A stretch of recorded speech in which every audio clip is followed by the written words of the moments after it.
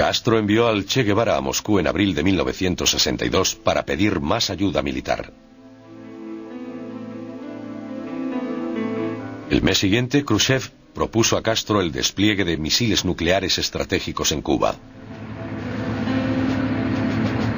Al principio, Fidel argumentó que tales armas no eran necesarias. Dijo a Khrushchev que si los soviéticos incluían a Cuba en el Pacto de Varsovia, los norteamericanos no se atreverían a atacar. Khrushchev destacó la importancia de los misiles para la defensa cubana. El Che Guevara y Raúl Castro estaban de acuerdo con el análisis de Khrushchev y con su estímulo, Fidel aceptó el despliegue de misiles. Sin embargo, Castro quería que Khrushchev admitiera abiertamente la colocación de misiles nucleares en Cuba. Esperaba que un anuncio tan audaz forzara a Kennedy a negociar con él, posiblemente llevando a un pacto de no agresión y finalmente a la normalización de las relaciones con Washington, algo que Castro siempre había deseado. Sin embargo, Khrushchev no podía considerar permitir que Estados Unidos conociera un movimiento tan atrevido. Sabía que Kennedy nunca admitiría una intrusión nuclear soviética en el hemisferio occidental. Khrushchev convenció a Castro de que el secreto favorecería los intereses de Cuba. En septiembre de 1962, los soviéticos inician el transporte de misiles balísticos nucleares a Cuba. Moscú también envía más de 40.000 soldados y técnicos. Cuando los misiles comenzaron a llegar, la dirección de la inteligencia cubana decidió filtrar la información sobre el despliegue a miembros de grupos anticastristas en Miami. Como bien se sabía en La Habana, la noticia llegaría inmediatamente a la CIA. No lo creyeron. No lo creyeron porque después de lo de Bahía de Cochinos, habían llegado a la conclusión de que los cubanos no eran de confianza en absoluto. Y solo creerían que había misiles en Cuba si aparecían con uno de ellos en Miami.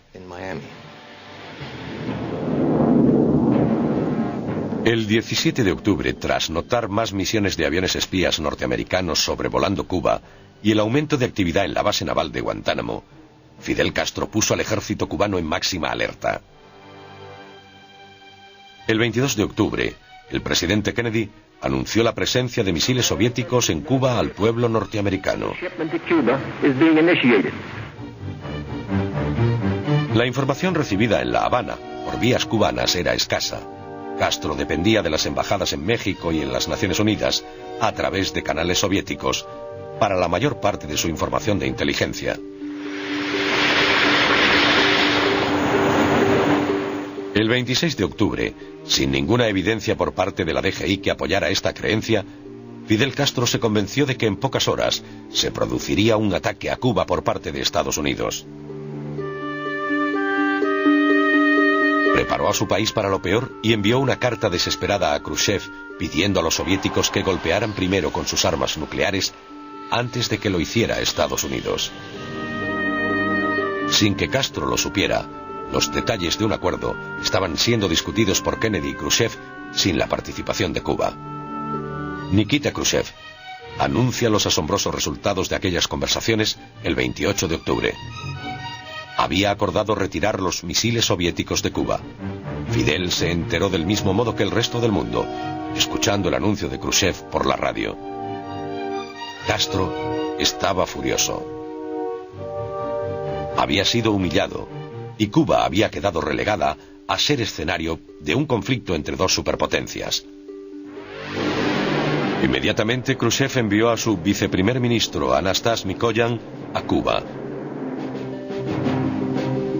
Llevaba el encargo de intentar calmar a Castro y de informarle de futuras concesiones soviéticas a los Estados Unidos.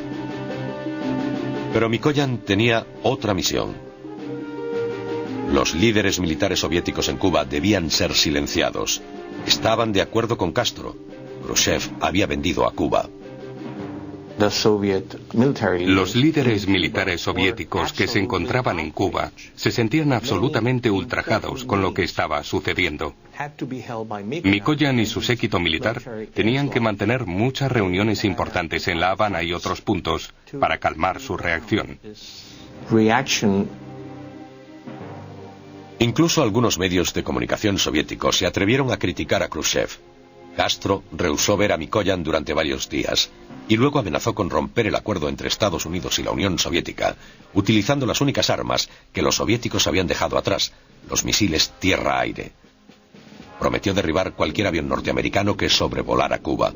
Finalmente, los acontecimientos de aquellos meses llevaron a Castro a una dolorosa toma de conciencia.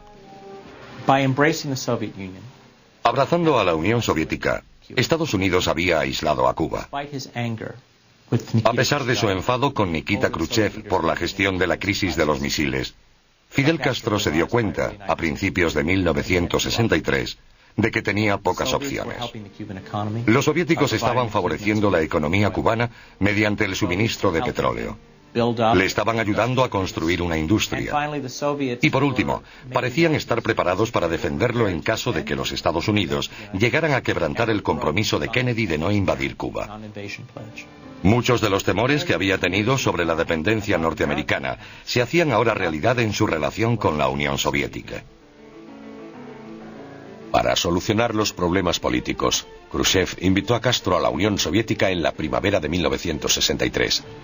Se le dio una bienvenida de héroe y fue tratado como una gran personalidad en todas partes. Aún dolido por la crisis de los misiles, Castro permitió que la relación entre los dos países continuara mejorando. Pero hubo tremendos cambios en el horizonte de las relaciones cubano-soviéticas. Y como siempre, estaba presente el Goliat del Norte, Estados Unidos, que ahora parecía estar más decidido que nunca a eliminar a Fidel Castro.